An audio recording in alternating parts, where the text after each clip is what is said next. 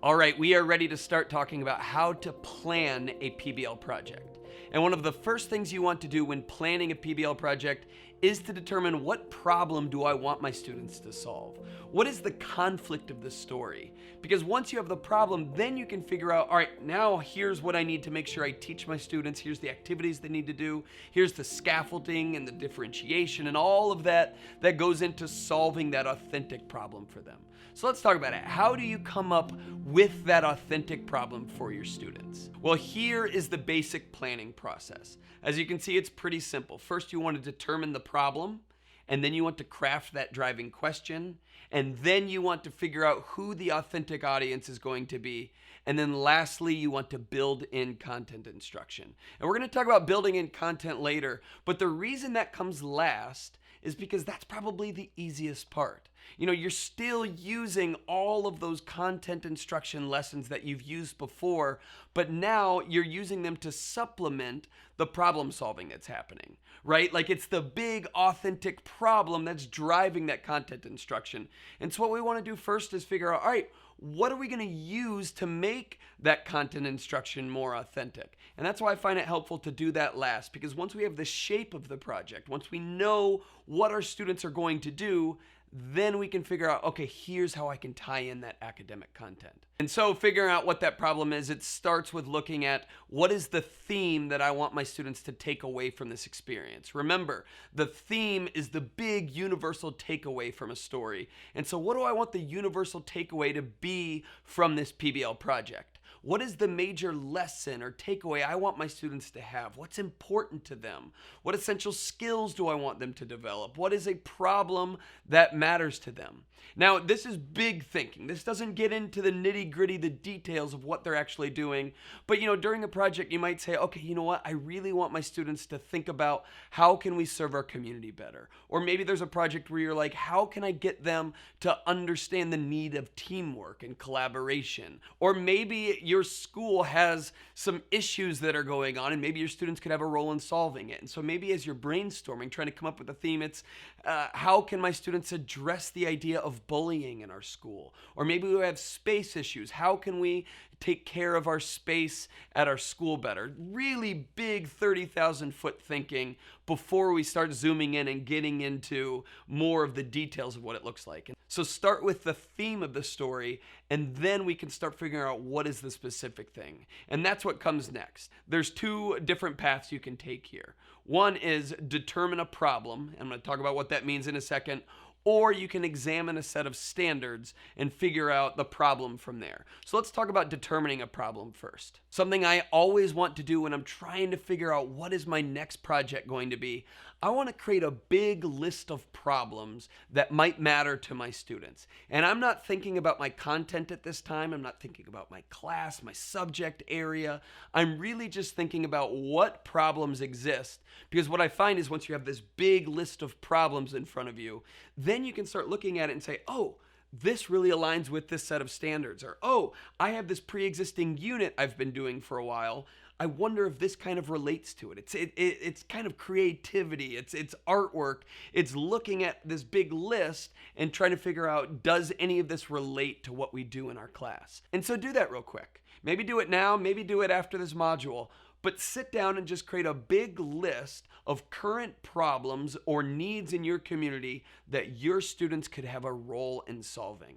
And just write that list out. Make that list as big as it can get. Maybe it has things like neighborhood littering or crowded hallways or homelessness or old playgrounds or lonely elderly because of COVID or kids at a children's hospital, or maybe your school needs a sidewalk. Maybe it's bullying. I don't know. Just create a big list of problems, because what happens now is you've got this big list to work from.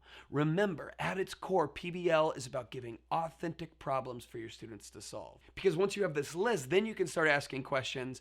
Which one of these would my students really get engaged with trying to have an attempt in solving? What would I be excited about leading during this project? Which one is imperative and pressing for our community that my students could really learn about why this is a problem that they can then invest their time and energy in after your class. It's looking at this list of problems and then figuring out, okay, here's now how I can plan a project around that. And again, we'll talk about that in a minute, but I've found that one of the very best ways to start planning a project is to create a big list of problems that exist in your school or in your community, or you can even go global. What problems exist in the world that matter to my students, or maybe might not matter to them yet, but you have a hunch because you're their teacher and you know will matter to them once you introduce this problem to them.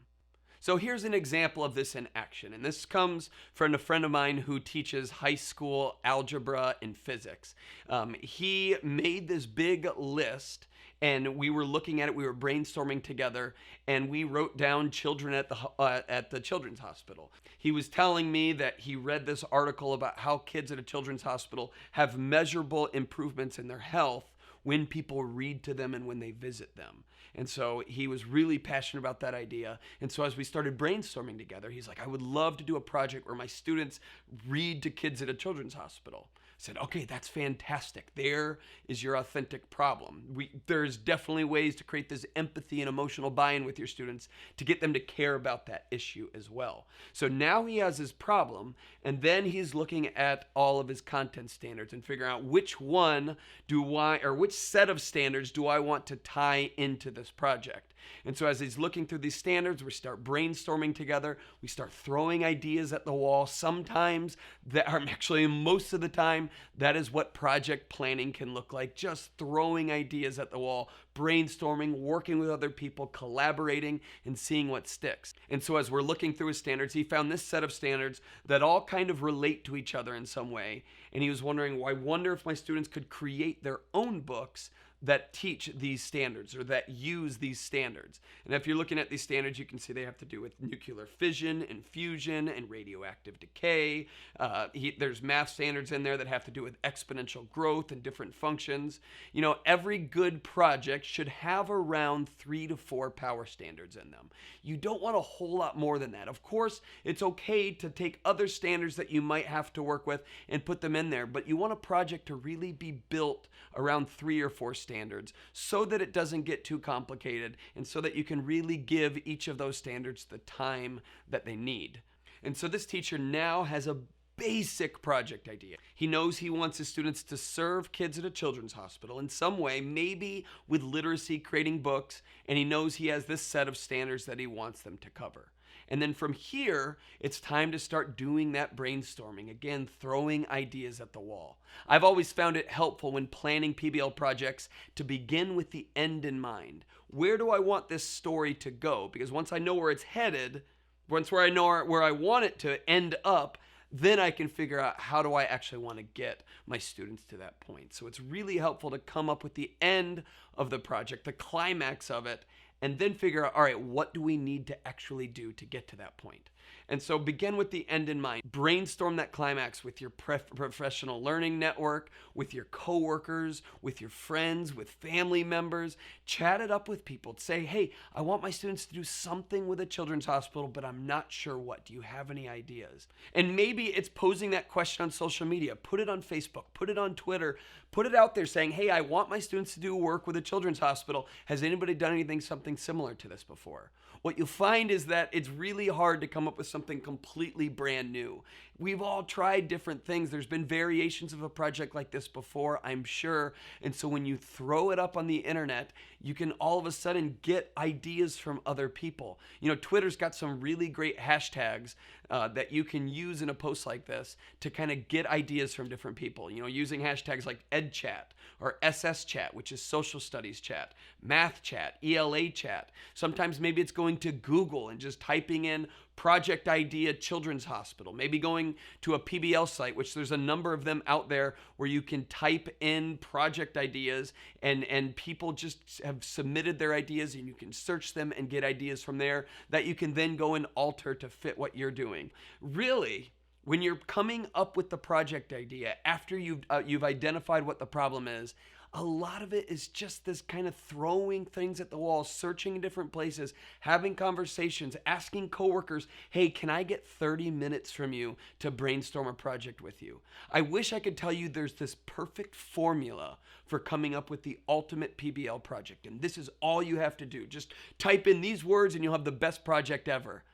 But that's not how it works. There's actually this creative process to it. It's creative problem solving and brainstorming.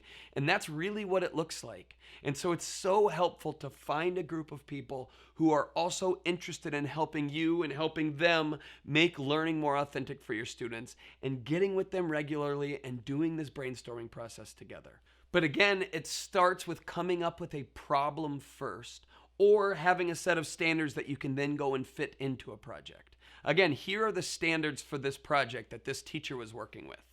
Now, there's nothing in these standards that have to do with helping kids at a children's hospital, right? But helping kids at the children's hospital is the authenticity that will drive these standards. And so if the teacher wanted to start with these standards, he can say, okay, what do I want to do with these? And then say, oh, okay, now I'm going to come up with a common problem that my students could solve. In the next lesson, we're going to talk about what this project actually ended up looking like, and as he continued the project planning process and getting students to the final goal of doing something to serve kids at a children's hospital. But again, I want you to look at these content standards and notice that there's nothing in them that have to do with the kids at a children's hospital, right? There's not a direct connection there.